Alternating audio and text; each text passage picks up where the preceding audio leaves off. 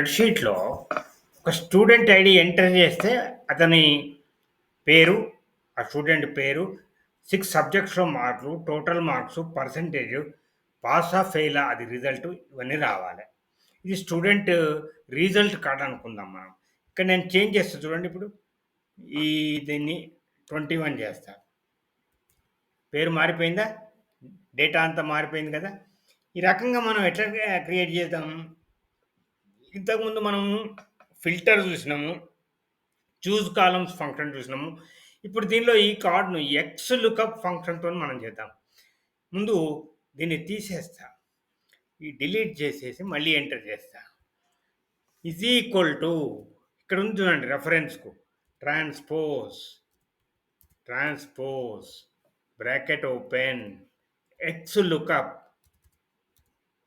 Value ఎక్కడున్నది?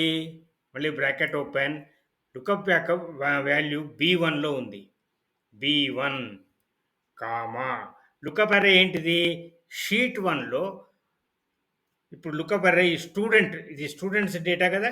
Students STUDENTS students exclamation mark A2 to A36 వరకు ఉన్నాయి.